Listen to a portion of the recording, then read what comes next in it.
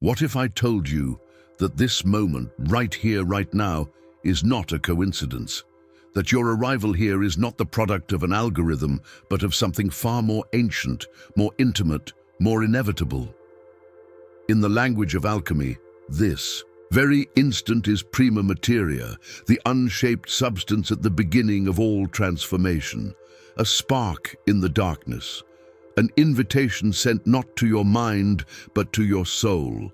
The Kybalion, that cryptic manuscript whispered through the corridors of time, does not reveal itself to the curious. It reveals itself to the ready. And if you are here, then something within you is awakening, not to a new belief, but to a forgotten truth. This is not about acquiring more knowledge. It is about remembering what was always yours. And what is it that stirs so deeply within when we speak of Hermes Trismegistus, the thrice great messenger of the unseen? Why does the mention of his name echo like a dream remembered from childhood or a myth whispered to you in another life? Because Hermes is not just a figure of history.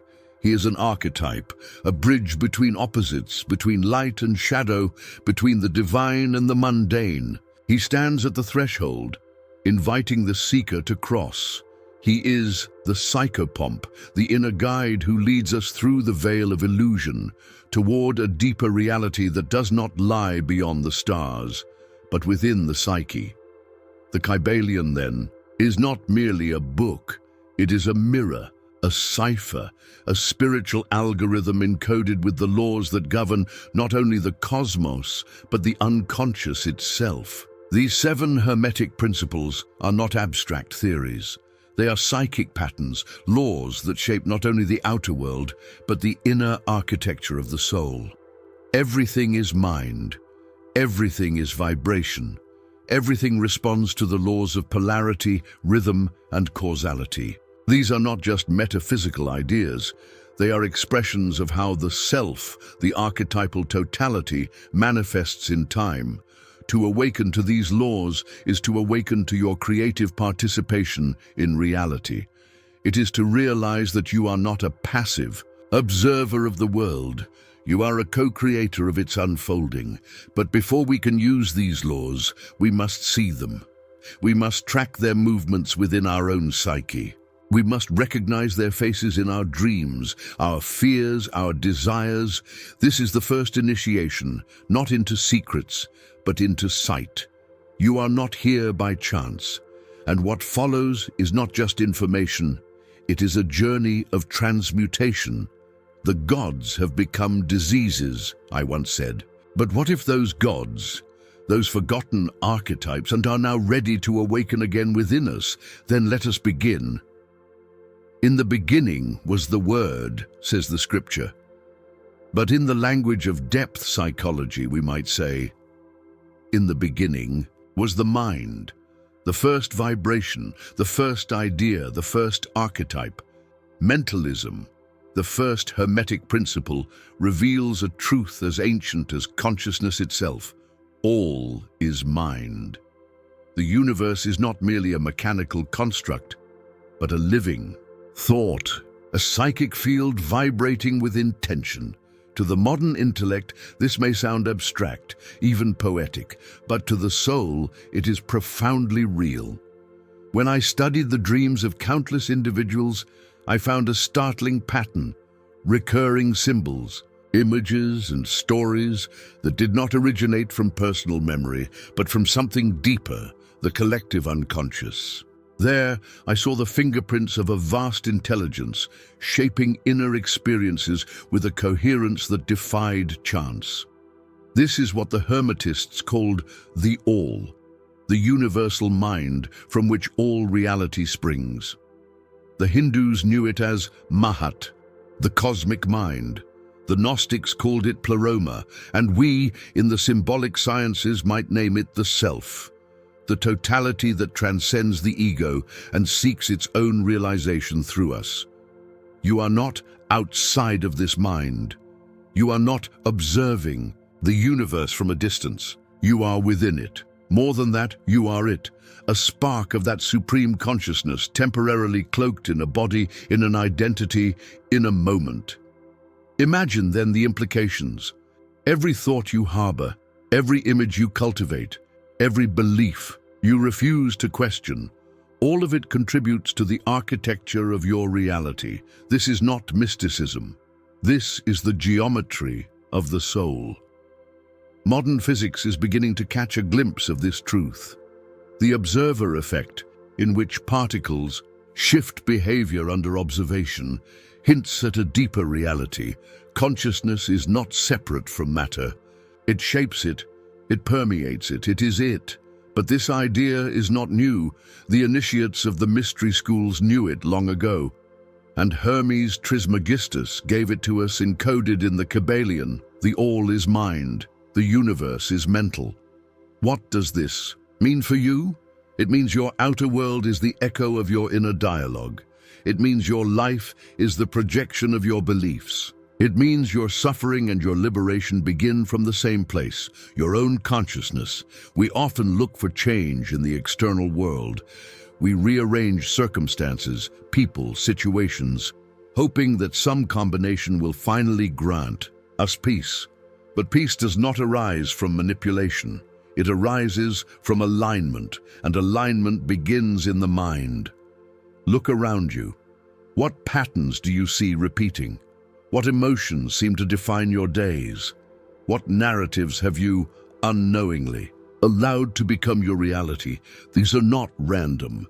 They are reflections of the thought forms you carry, most of them unconscious, inherited from family, culture, collective trauma. You are living in a dream. But unlike most dreams, this one is interactive. When you change your frequency, the dream responds. When you shift your dominant thoughts, the outer world begins to morph, subtly at first, then more radically. The Hermetic masters were not idealists. They were technicians of the invisible. They understood that the mind is the matrix, and that mastering it is the first step in the transmutation of the soul. To think is to create. To feel is to sculpt. To believe is to summon. And so, I invite you now to examine your thoughts, not as passive occurrences, but as sacred instruments, each one a brushstroke on the canvas of your life. The power you seek is not in the future, it is in your next thought. Until you make the unconscious conscious, it will direct your life, and you will call it fate. These were my words, and they echo now with renewed urgency. Mentalism is not merely a theory. It is a call to responsibility and to awakening, as above, so below, as within, so without. These are not merely poetic phrases, they are the foundational code of existence, a reflection written into the bones of the cosmos and the depths of the human soul. This Hermetic principle of correspondence reveals a truth long intuited by mystics and dreamers, and increasingly confirmed by the findings of modern depth psychology. There is no real boundary between the inner world and the outer one. There is no out there independent of in here. As I, Carl Jung, delved into the dreams and inner landscapes of thousands of individuals, I began to see that the psyche does not exist in isolation. It participates in a vast symbolic web, a network of resonance between man and cosmos, self and symbol. What is reflected in the sky is not separate from the soul. What occurs in the body echoes in the heavens. What is suppressed in the mind manifests in the world. This is the secret whispered in the ancient alchemical motto, solve et coagula, dissolve the illusion of separateness and rejoin what was always one. The world is not a stage upon which we act. It is a mirror in which we are reflected. The Kybalion speaks to this with divine clarity. It tells us that the planes of existence, physical, mental, spiritual, are not disconnected layers. They are expressions of the same essence, vibrating at different frequencies. The spiritual truths above mirror themselves in the psychological structures within. The planetary motions mirror the oscillations of the soul. The chaos of a city may reflect the turmoil of an inner conflict. Consider the ancient principle found in astrology. The alignment of the planets at your birth is believed to reflect the archetypal configuration of your psyche, not because the planets cause your personality, but because both are expressions of the same cosmic pattern. The above speaks of the below because they are one. Let me take you deeper. Imagine your psyche as a great cathedral. The stained glass. Windows, your thoughts and emotions, are colored by your beliefs, traumas, desires, and memories. The light that enters the cathedral, divine, pure, unchanging, is filtered through those windows. The outer world you perceive is not the world as it is, but the light as shaped by your inner structure. You do not see reality, you see your psyche projected upon it. If your inner world is fractured, the world will seem chaotic. If you harbor guilt, you will perceive judgment in every glance. If you fear abandonment, you will unconsciously attract situations that confirm it. This is not punishment. It is reflection. The outer world becomes the canvas upon which the unconscious paints its longings, its shadows, its archetypal needs. This is why transformation cannot begin by rearranging circumstances. It begins by reworking the inner temple. Clean the stained glass, and new light appears in the world. In the language of myth, we see this principle in every hero's journey. When Odysseus faces monsters at sea, he is not merely navigating a map, he is confronting the hidden beasts of his own psyche. When Dante descends into hell, he is not touring a geography, he is mapping the levels of the unconscious. These external journeys correspond to inner transformations. The labyrinth is always within. This is the truth behind synchronicity, a concept I define to describe meaningful coincidences that defy causality. When your inner state shifts, the world often responds with events that mirror that shift. You think of a lost friend and they call. You awaken to a truth and suddenly see it echoed in books, conversations, and symbols. This is not magic in the superstitious sense. It is correspondence in action. The psyche and the cosmos speak the same symbolic language. To awaken to this principle is to move from victimhood to vision. It is to stop asking, "Why is this happening to me?" and begin asking, "What in me is being mirrored by this experience?" Suddenly, every event becomes a message, every obstacle, a lesson, every relationship, a reflection of your own unlived potential or unhealed wound. Look closely. The controlling partner may mirror your own repression of power. The emotionally distant friend may reflect the wall you've built around your own heart. The chaos in your finances may reveal an inner fear of abundance or a deep-rooted belief in unworthiness. The Hermetic masters taught us, read the signs. They are everywhere, not as omens, but as reflections.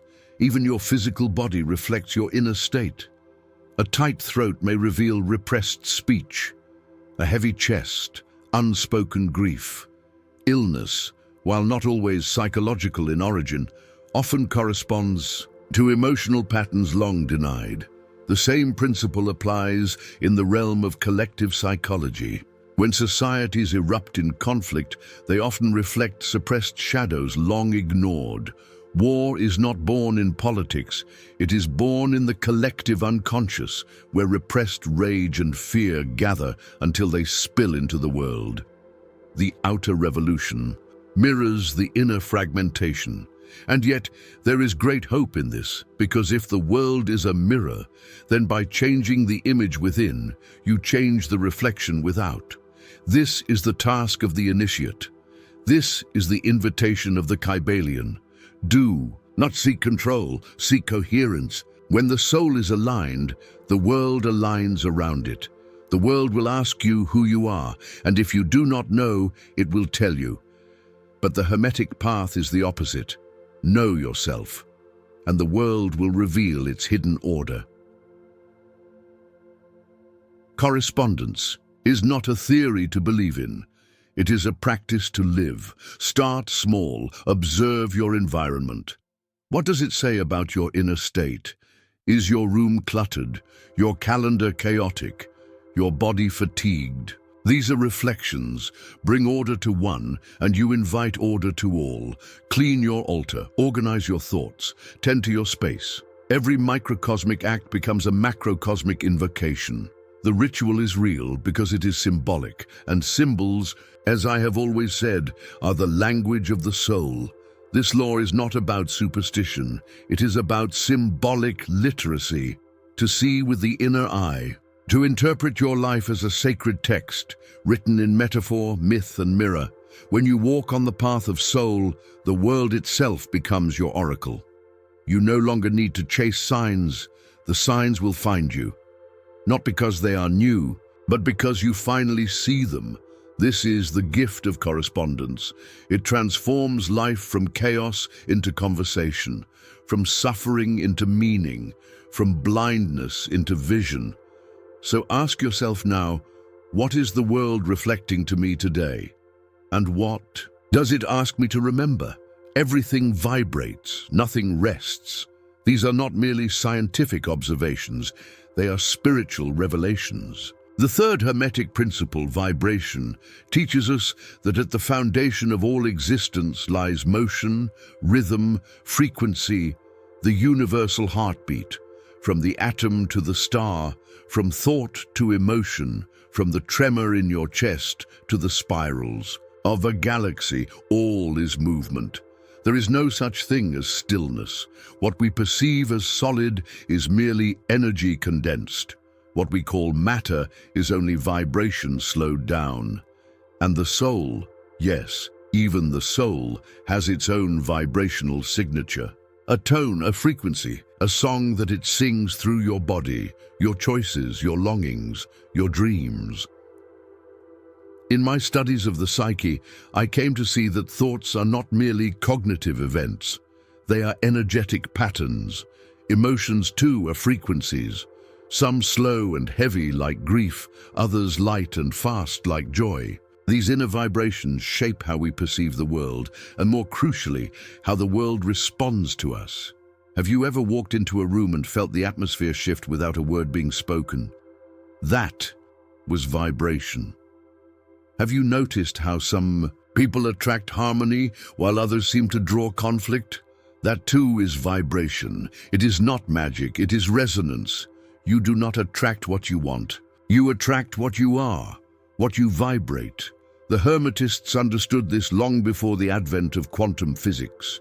To them, spirit and matter were not opposites. They were points on a vibrational spectrum. Matter was simply spirit vibrating at a lower frequency. Spirit was matter liberated from density. This is why the alchemists spoke not only of transforming metals, but of raising frequency. Turning lead into gold was a metaphor for turning unconsciousness into awareness, fear into love, inertia into motion. Vibration, then, is the key to all inner alchemy. If your life feels stuck, it is not because the world is against you.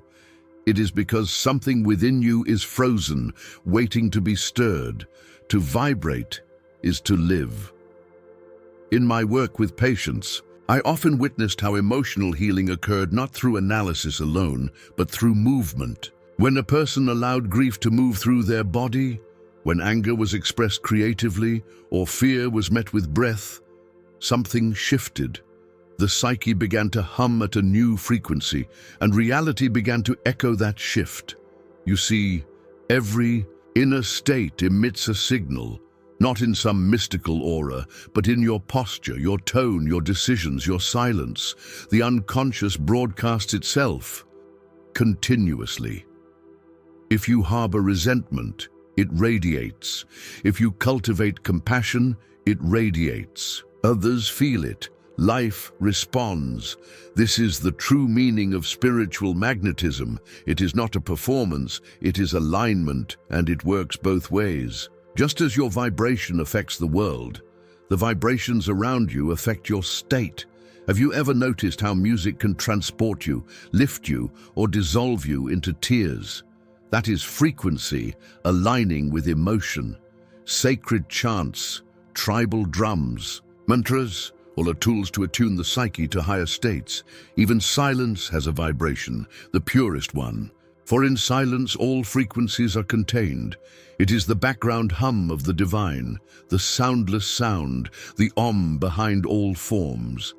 In dreams, vibration often appears as movement, a vehicle, a wave, a wind. These symbols reflect your psychic frequency. To be stuck in traffic may represent stagnation. To soar in flight reveals spiritual ascension. The dream speaks in vibrations, disguised as metaphor. But how then can we change our vibration? Not by force, but by awareness.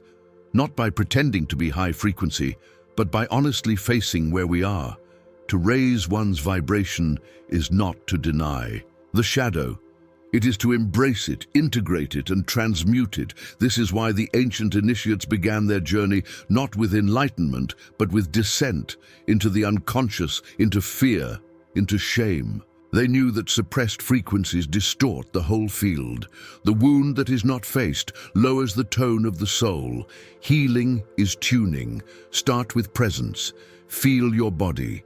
Feel where it is heavy, numb, electric, tense.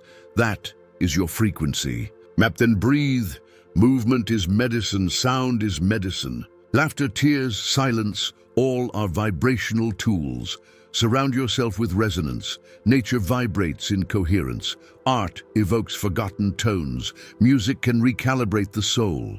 Words, when spoken with truth, carry the power to shift timelines. Even thought is vibration. That inner monologue you carry, it has weight. It shapes your mood, your posture, your destiny. Change the tone of your thoughts, and the world begins to harmonize. This is not fantasy. It is deep psychology. It is the law. The Kybalion reminds us to change one's mood or mental state. Change your vibration. Not repress, not escape. Transmutation is the sacred art of taking a low vibration, fear, jealousy, despair, and raising its frequency without denying its nature. Fear becomes alertness, jealousy becomes desire for authenticity, despair becomes longing for union. This is inner alchemy. The philosopher's stone is within. Even collective vibration exists. A crowd has a tone, a culture has a frequency. The unconscious of a people hums beneath the surface, erupting in movements, revolutions, or awakenings. And now, in this time, this global threshold, the earth herself vibrates with transition. Can you feel it? The old frequencies of domination, fear, separation are breaking down, and within you something ancient is rising. It is your original tone, the vibration of the self, whole, clear, true. To attune to this is to remember. Remember that you are not a static thing. You are a song in motion, a vibration seeking harmony with its source. What we are not conscious of appears in our life as fate, but when we raise our frequency, we shape our fate. So listen now, not with your ears, but with your being. What are you vibrating? And what song wants to emerge through you? There is no coming to consciousness without pain. People will do anything, no matter how absurd, to avoid facing their own soul. But to face the soul is to face polarity, and to integrate the opposites is to become whole. The fifth Hermetic principle, polarity, reveals that everything exists on a spectrum. There are no true dualities, only degrees. What we call light and darkness, joy and sorrow, life and death are not opposites in essence. They are variations of the same energy. The teachings of Hermes whisper, all truths are half-truths.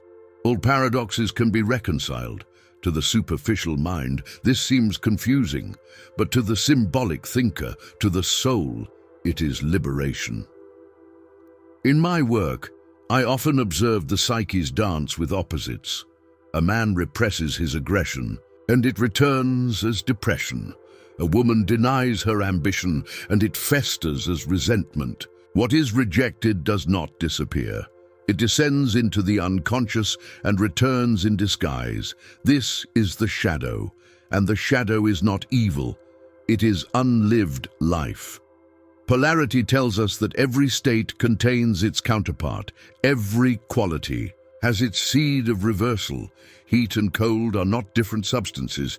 They are differing degrees of the same phenomenon. And so it is with all things. Confidence and arrogance, compassion and martyrdom, love and hate, they are not enemies. They are twins, estranged only by ignorance. The secret of transmutation, the essence of inner alchemy, is to move along the spectrum, not to eliminate one pole, but to consciously shift its degree, to use fear as a gateway to courage, to channel anger into sacred action, to allow sadness to open the door to longing, and longing to open the door to love. When you understand this, suffering becomes less frightening, because you no longer see it as an end, but as a doorway. Pain is not the opposite of joy. It is the soil in which joy grows. In dreams, polarity often appears as conflict, being chased, facing monsters, being torn between choices. These are not just night terrors. They are psychic messages calling for integration. The man chased by a beast is often fleeing his own instinctual power. The woman trapped in endless corridors may be navigating her internal labyrinth, the maze between her roles and her essence.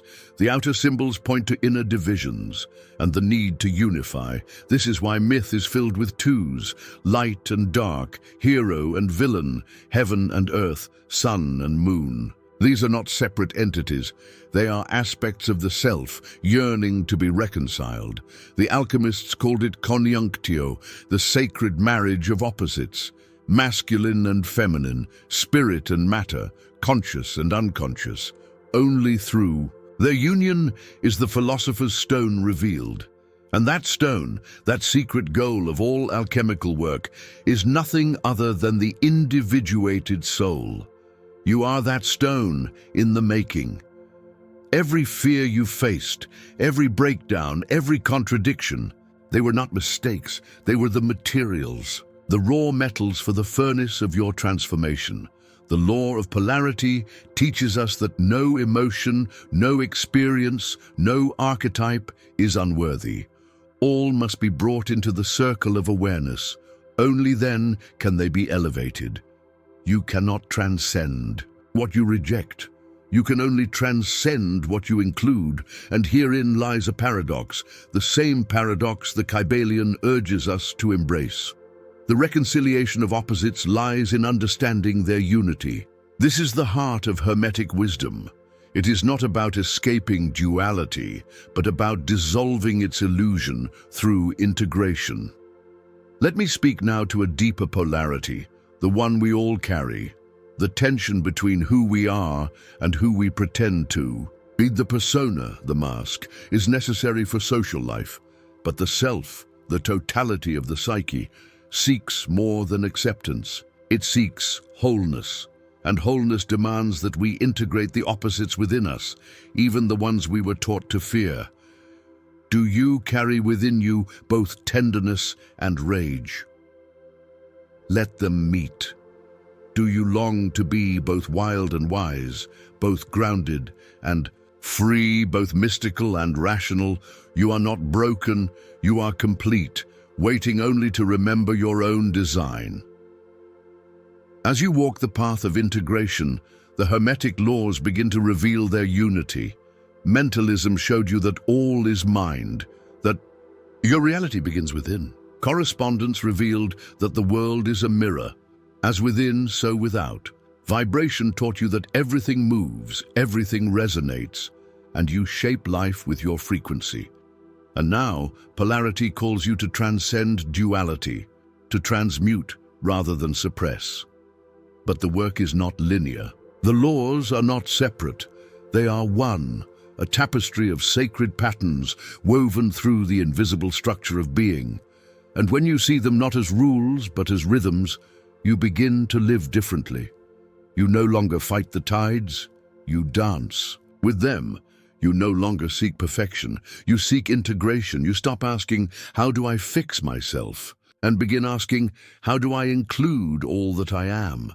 This is not passivity, it is mastery. The true initiate is not the one who escapes darkness, but the one who walks into it with a torch, not to destroy it, but to illuminate what was. Always there. The end of the path is not enlightenment as escape, it is the sacred return to wholeness, a remembering of the fragmented self, a reunion of the opposites that shape the soul. And now, as we bring this journey to a close, allow me to offer you this final reflection, not as a conclusion, but as a new beginning.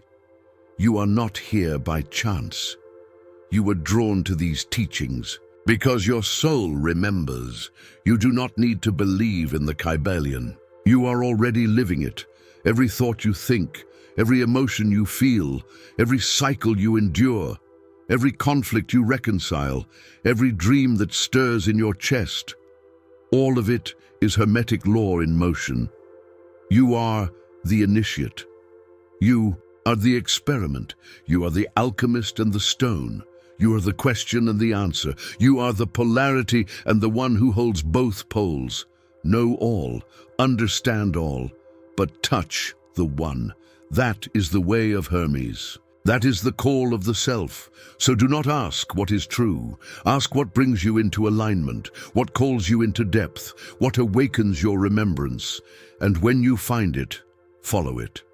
Not with certainty, but with courage. Because every law you seek in the stars lives in the shadow of your psyche. This is where the true mystery begins.